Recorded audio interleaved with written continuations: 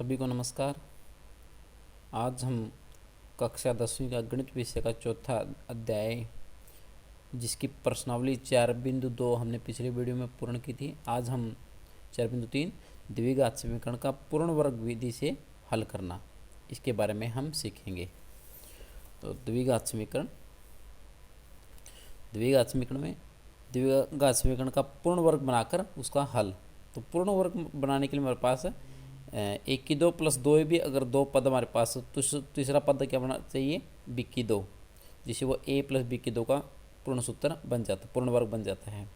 अगर हमारे पास 1 की 2 और -2ab दो पद हैं तो तीसरा पद क्या जाएगा, प्लस b की 2, a माइनस b की 2 का पूर्ण वर्ग बनाने के लिए। और इसके साथ साथ हम द्विघाती सूत्र का भी प्रयोग करेंगे, जो क्या है, ax2 plus bx plus c बराबर 0। अगर एक द्विघात समीकरण में आपको a, b और c है पता है, तो x का मान यानी इसके मूल द्विघाती सूत्र से x का जो मान आएगा वो आएगा -b प्लस माइनस b की 2 माइनस 4ac का वर्गमूल बटे में 2। इसमें सूत्र में रख करके हम x के मान निकाल सकते हैं। अब प्रश्नावली का जो पहला प्रश्न है, यदि निम्नलिखित द्विघात समीकरणों के मूलों का अस्तित्व हो तो उन्हें पूर्ण वर्ग विधि से ज्ञात कीजिए। तो पहला पार्ट है 2x2 माइनस 7x प्लस 3 बराबर 0, दूसरा 2x2 प्लस x माइनस 4 बराबर 0, तीसरा 4x2 प्लस 4 वर्गमूल 3x प्लस वर्गमूल 3 प्लस 3 बराबर है 0, और 2x2 प्लस x प्लस 4 बराबर है 0। तो इन चारों का हमें पूर्ण वर्ग विधि से हमें मूल ज्ञात करने हैं। तो सबसे पहले एक प्रश्न हम कर लेते हैं कि पूर्ण वर्ग विधि से हम मूल कैसे निकालते हैं। तो ये पहला पार्ट इसका आपको दिया हुआ है, ये पहला पार्ट है 2x2 माइनस 7x प्लस 3 बराबर 0। अब सबसे पहले हम ये देखेंगे कि जो पहला पद है जिसमें x का वर्ग है, जिसमें दो घात वाला है, वो क्या पूर्ण वर्ग में है। अब ये पूर्ण वर्ग में है, बट दो पूर्ण वर्ग में जो पहली संख्या 2 है वो पूर्ण वर्ग में नहीं है। इसको या तो वर्गमूल 2 का वर्ग लिख सकते हैं, तो उससे उससे बचने के लिए अगर वर्गमूल का वर्ग लेंगे तो यहाँ थोड़ी प्रॉब्लम आएगी b लेते हुए। तो हम क्या करेंगे, सबसे पहले इन प्रश्नों में x2 का जो गुणांक है अगर कुछ भी है तो उसको वहाँ से रिमूव करेंगे, यानी उसको ख़त्म कर देंगे वहाँ से। तो यहाँ 2 को ख़त्म करने पर, यानी 2 को साझा निकालने पर x2, अब क्योंकि 7 में 2 कॉमन नहीं आता, यानी 7 2 के पहाड़े में नहीं आता, तो इसलिए भाग में जाएगा 2, 7/2x प्लस 3 में भी 2 साझा नहीं है तो 3/2 बराबर है 0। किसी रकम में अगर 2 को साझा नहीं है तो भाग में चला जाता है। जैसे इसको 2 से भाग किया तो 1 आ गया, इसको 2 से भाग किया 7/2, इसको 2 से भाग किया 3/2 बराबर है 0। तो ये आपका द्विघात समीकरण है x के माइनस 7/2x प्लस 3/2। ये कब निकालना है, जब ये पूर्ण वर्ग में नहीं हो। अदरवाइज सभी प्रश्न में भी हम ऐसा कर सकते हैं कि पहले इसको x2 का जो गुणांक है वो 1 बना लेंगे हमेशा। अब महत्वपूर्ण रूल ये है कि हमारे पास ये पहला पद x2 में जो कि पूर्ण वर्ग में है, दूसरा पद हमेशा 2ab बनेगा जो कि माइनस का है। अब अगर 1 माइनस 2ab हमें का सूत्र कंप्लीट करना है तो उसमें b2 हमें जोड़ना पड़ेगा, ताकि a प्लस माइनस b2 का एक पूर्ण वर्ग बन जाए। और अगर प्लस का है तो प्लस में उसमें b2 में जोड़ना पड़ेगा। तो इसको हम कैसे करेंगे, जो आपका पहला पद वो है x का वर्ग माइनस जो पहला पद आपका वो a का वर्ग है। दूसरे पद को क्या लिखेंगे, -2ab, तो -2a हमने कितना माना है x, तो b क्या लेंगे, जो b होगा वो x का जो गुणांक है उसका आधा, तो 7/2 का आधा कितना आएगा, 7/4। क्यों, क्योंकि 7 में 2 साझा नहीं है, या 2 के पहाड़े में नहीं आता 7, तो इसलिए इसको 2 से भाग करना पड़ेगा। तो 7/2 को 2 से भाग किया 7/4, तो ये b आपका आएगा। तो क्योंकि पूर्ण वर्ग बनाने के लिए ये हमारे पास 1 ये 2a और ये हमारे पास क्या आ गया b, तो पूर्ण वर्ग ये 2 पद हमारे पास है। पूर्ण वर्ग बनाने के लिए हमारे पास b2 और चाहिए, तो b कौन है 7/4, तो उसी का वर्ग हमेशा जोड़ लेंगे और उसी का वर्ग हम घटा लेंगे। और प्लस 3/2 हमारे पास है ही, बराबर है 0। ये प्लस का जो 3/2 है वो एज इट इज लिखा हुआ है। यानी पहले पद को ए स्क्वायर में लिखा, दूसरे पद को 2ab में लिखा और b2 जोड़ दिया और b2 को घटा दिया, और जो तीसरा पद हो 3/2 आप ऐसे कैसे पढ़ाइए। ये जो हर पर्सन में पूर्ण वर्ग बनाने के लिए हमें b2 को जोड़ना होगा और b2 को वर्ग को घटाना होगा हमेशा। अब जोड़ा घटाया इसलिए ये कंप्लीट सूत्र बन गया, 1 की 2 a square minus 2ab plus b square, तो ये बन जाएगा x माइनस 7 बटे ए माइनस बी का वर्ग का ये सूत्र बन गया हमारे पास। ये पूर्ण वर्ग में चेंज कर दिया हमने, a square minus 2ab plus b square, और इसका वर्ग खोलेंगे तो 7 का वर्ग 49 बटे 4 का वर्ग 16 प्लस 3 बटे 2 बराबर है 0। अब इसको हम आगे कैसे सोल्व करेंगे, तो x माइनस 7 बटे 4 का वर्ग कितना आएगा, ये 49 बटे 16 उधर जाएगा, प्लस का हो जाएगा, ये माइनस का 3 बटे 2 माइनस का हो जाएगा, 16 लघुत्तम 16 एकम 16 49 एकम 49, 2 अट्ठे 16 तो 8 3 24, तो आएगा 25 बटे में 16। थोड़ा दोबारा देख लेते हैं। हमेशा पहले तो जो सब एक्स स्क्वायर का पहला पद आपका है उसके जो गुणांक है उसको 1 बनाएंगे, यानी ये 2 है तो 2 को खत्म करेंगे यहाँ से, तो 2 से इसको सांझा निकाल दिया, सांझा निकालने के बाद ये x की 2 में आ गया, ये आपका 2 भी बनेगा, ये आपका तीसरा पद है। तो पहले पद को हमेशा लिखेंगे a की 2, दूसरे पद को 2a, और b कैसे लेंगे, जो भी x का गुणांक है उसका हाफ कर दो, आधा कर दो, तो उसी घात 2 को में जो b आपका है उसी घात 2 को जोड़ देंगे, उसी की घात को 2 को घटा देंगे, हमेशा करना होगा, प्लस 3 बटा 2, ये इसलिए किया ताकि पूर्ण वर्ग बन सके। तो ये a की 2 माइनस 2ab प्लस b की 2, तो 2 की 2 माइनस 2ab प्लस b की 2 का सूत्र होता है a माइनस b की 2। तो a कौन है x, b कौन है 7 बटे 4 उसका वर्ग, और ये दोनों पदों को सोल्व किया, इसको उधर लेके जाएंगे तो x माइनस 7 बटे 4 की घात 2 कितना आएगा 25 बटे 16, तो x माइनस 7 बटे 4 कितना आएगा, ये वर्ग उधर जाए क्या बन जाएगा वर्गमूल,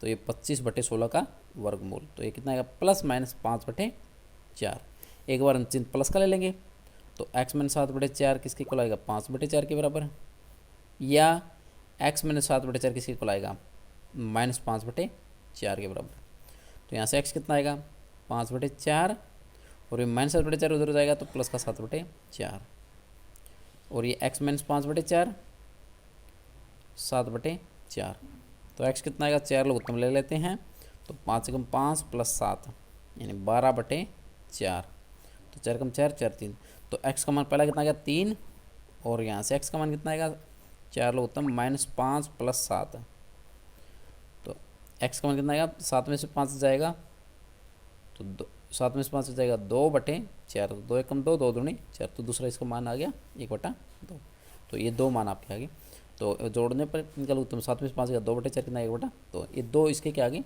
पूर्ण वर्ग विधि से हमने इसके 2 मूल हमने निकाल दिए, पहला मूल आपका x बराबर 3 है, दूसरा मूल 1 बटा 2 है। अब इसका तीसरा पार्ट हम करेंगे सोल्व, थर्ड पार्ट 4x की 2 प्लस 4 वर्गमूल 3x प्लस 3 वर्गमूल, इसको भी पूर्ण वर्ग विधि से हमने हल करना है। तो सबसे पहले जैसे हमने सीखा था इस 4 को सांझा निकाल लेते हैं, तो यहाँ से 4 सांझा चला गया तो यहाँ क्या बचेगा x की 2, ये 4 सांझा चला गया तो यहाँ क्या बचेगा वर्गमूल 3x, और इसमें 4 सांझा नहीं है, 4 कम 4 4 दूनी 8, तो 3 इसमें नहीं आया, तो 3 बटे 4 बराबर है 0, इस 4 को उधर भेज दिया तो x की 2 वर्गमूल 3x प्लस 3 बटे 4 बराबर है 0।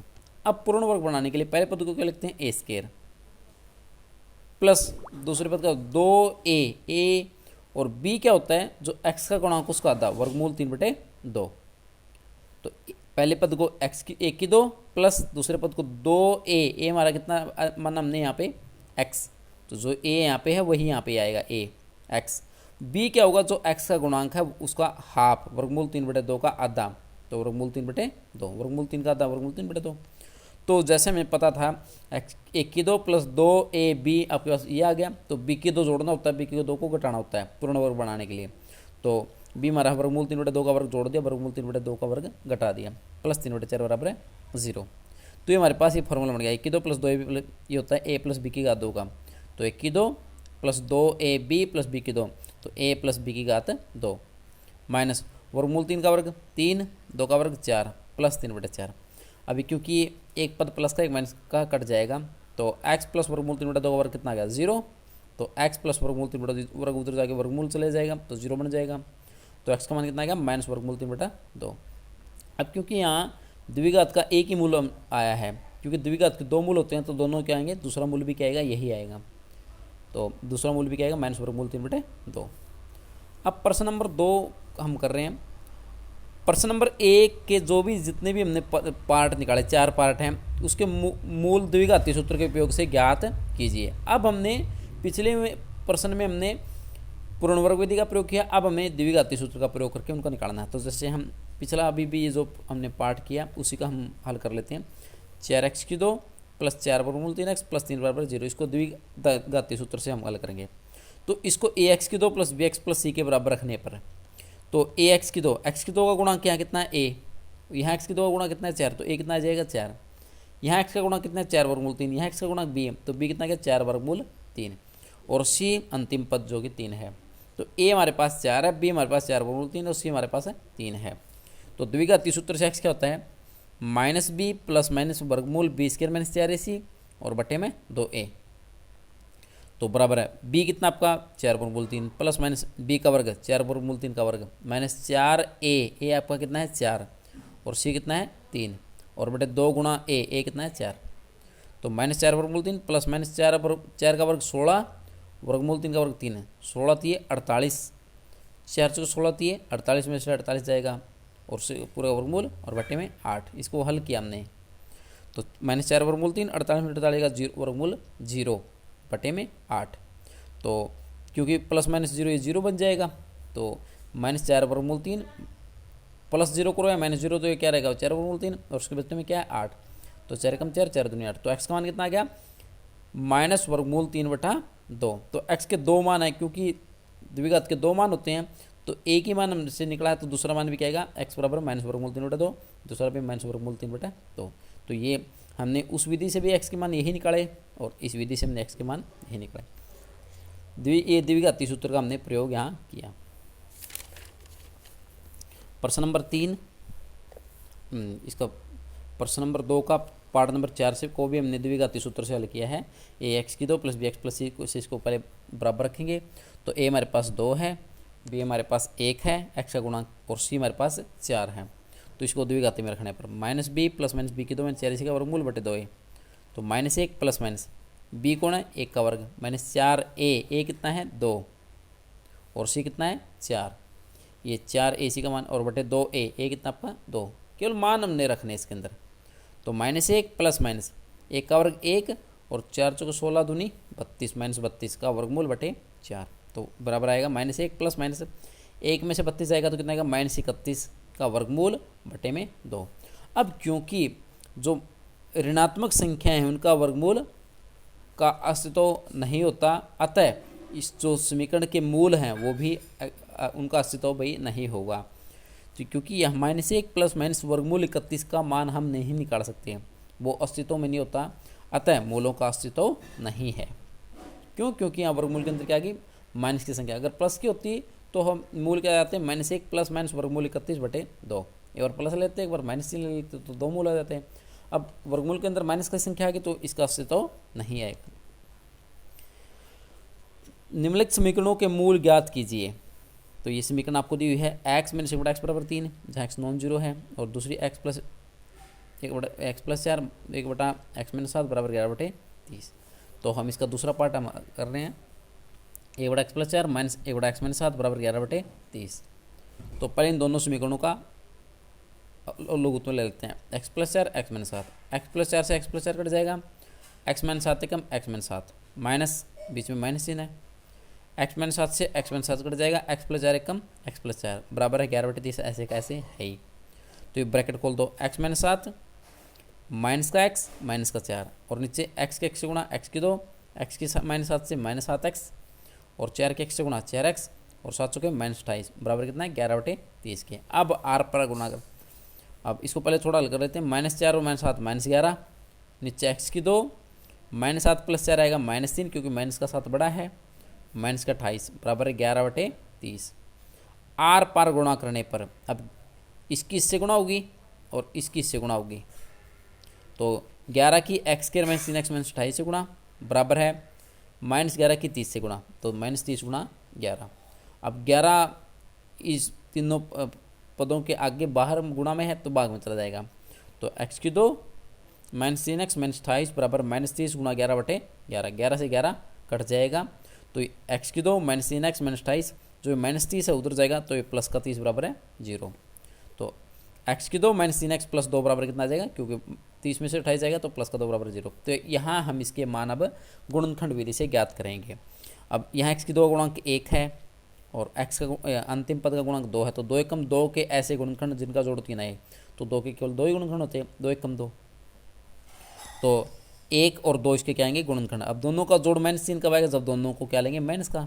तो इसके गुणनखंड आएंगे x की 2 माइनस 2x को पहले लिख दिया और माइनस x को बाद में। आप आगे पीछे कैसे भी लिख सकते हो इनको, प्लस 2 बराबर है 0, ये इसके गुणनखंड आ गए।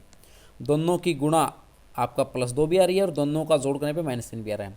तो इन दोनों में x अंश है तो यहाँ क्या बचेगा x -2, इन दोनों में -1 अंश है तो x -2। तो x -2 दोनों पदों में पड़ा तो आगे चला जाएगा, तो यहाँ क्या बचेगा x -1 बराबर 0, या तो x -2 0 या x -1 बराबर 0। तो x का मान कितना है, या तो 2 या x का मान 1। तो ये हमने इस समीकरण का हमने हल निकाला, जिसके 2 मान है, x का मान 1 और 2। अब अगला प्रश्न है, 3 वर्ष पूर्व रहमान की आयु वर्षों में का व्युत्क्रम। रहमान की आयु आज से 3 साल पहले, 3 वर्ष पूर्व रहमान की जो आयु है उसका व्युत्क्रम और 5 वर्ष पश्चात आयु के व्युत्क्रम का योग 1/3 है, तो उसकी वर्तमान आयु ज्ञात कीजिए। ये प्रश्न नंबर 4 है। तो रहमान की जो वर्तमान आयु में ज्ञात करनी है, तो मान लेते हैं रहमान की जो वर्तमान आयु कितनी है, एक x वर्ष है। कितनी मान ली हमने, x वर्ष। अब प्रश्न अनुसार पहले प्रश्न में क्या करा था वो, 3 वर्ष पूर्व। अब आज रहमान x वर्ष का, तो 3 वर्ष पूर्व कितने वर्ष का हुआ, x -3 वर्ष। उसका क्या कर दें, क्या व्युत्क्रम। व्युत्क्रम होता है उल्टा, 1/x -3 हो जाएगा। यानी 3 साल पहले, आज रहमान x वर्ष का, तो 3 साल पहले कितना आएगा, x -3 वर्ष का। उसका व्युत्क्रम करने पर व्युत्क्रम क्या आएगा, 1/x -3। और 5 वर्ष पश्चात आयु के व्युत्क्रम। अब आज x वर्ष का, तो 5 साल बाद कितने साल का हुआ, x + 5 वर्ष का। अब इसका व्युत्क्रम हमने किया, दोनों संख्याओं का क्या कर दिया हमने, व्युत्क्रम। व्युत्क्रम करके जोड़ने पर जो योग है वो कितना जाता है, 1/3। देखो रहमान की जो आयु है 3 साल पहले, उसका जो व्युत्क्रम करेंगे, और 5 साल बाद जो आयु है x + 5 वर्ष, उसका व्युत्क्रम करने पर जो दोनों का जोड़ कितना जाता है, 1/3। तो x -3 x + 5 लघुत्तम, x -3 से x -3 कट जाएगा, x + 5 की 1 से गुणा, x + 5 प्लस, बीच में प्लस चिन्ह है, x + 5 से x + 5 कट जाएगा, x -3 एकम x -3 और बराबर किसके बराबर है, 1/3 के बराबर। आर पार गुणा करने पर 3 की गुणा होगी x + 5 + x -3 से, और x -3 की x + 5 से गुणा हो जाएगी 1 के साथ, ये उधर चला जाएगा। तो 3, इस पद को इधर लिख दिया हमने और इस पद को इधर, x से गुणा, x की 2, 5 से x से 5x, -3 की x से -3x, 5 3 -15 बराबर है 3 गुणा में x और x 2x, 5 में 3 जाएगा 2, तो x की 2, 5 में 3 जाएगा 2x -15, और 3 दूनी ये 6x इधर जाएगा तो माइनस का 6x, 3 दूनी 6 उधर जाएगा तो माइनस का 6। तो x की 2 प्लस 2 में से 6 गया -4x, और -15 और माइनस से 6 माइनस का 21। तो ये हमारे पास द्विघात समीकरण बन गई। इसको हम गुणनखंड विधि से हल करेंगे। तो x का गुणांक यहाँ कितना है 1, और यहाँ अंतिम पद में x का गुणांक कितना है, बिना x के गुणांक क्या है -21। तो 1 को -21 से गुणा करने पर कितना आएगा, -21। अब 21 के ऐसे गुणनखंड बनाइए जिनका जोड़ करने पे -4 आए और गुणा करने पे -21 आए। तो 21 से कम 21 या 7 ये 21, ये 2 ही गुणनखंड बनेंगे इसके, 21 से कम या 3 7 21। तो इनमें से कौन सा गुणनखंड देने पर इनका जोड़ या घटा करने पर 4 आएगा, तो 7 और 3 ले लेते हैं, तो 3 और 7। अब हमें गुणनखंड इस तरह लेने कि जो उनका जोड़ हो माइनस का 4 है, तो माइनस का नंबर बड़ा होगा प्लस का छोटा होगा, तब उनका जोड़ कितना आएगा, -3, और दोनों ही गुणा +3 की -7 से -21 भी आएगी। तो x की 2 -4x को लिख दिया हमने -7x + 3x -21 बराबर है 0। इन दोनों पदों में x को मना गया, ये -4x के गुणनखंड ये आ गया, हमने -7x + 3x को लिखा। तो x साझा x -7 बचेगा, इन दोनों में क्या साझा है, 3 साझा है, तो x -7, तो x -7 दोनों ब्रैकेटों से बाहर चला जाएगा। तो यहाँ क्या बचेगा, x + 3 बराबर है 0, या तो x + 3 बराबर 0 या x -7 बराबर है 0। तो यहाँ से x का मान कितना आएगा, ये 3 दूर जाके -3 है। अब ये माइनस की कभी ये जो आयु है कभी माइनस में नहीं हो सकती, इसको हम छोड़ देते हैं। तो x का मान कितना आ गया, 7। अतः रहमान की जो वर्तमान आयु कितनी है, 7 वर्ष है। तो इस तरह से हमने इस रहमान की आयु को उसके व्युत्क्रमों का जो योग दिया होता है उसके अकॉर्डिंग हमने इसको हल किया। जो रहमान की वर्तमान आयु कितनी है 7 वर्ष। तो आज के लिए इतना ही, धन्यवाद।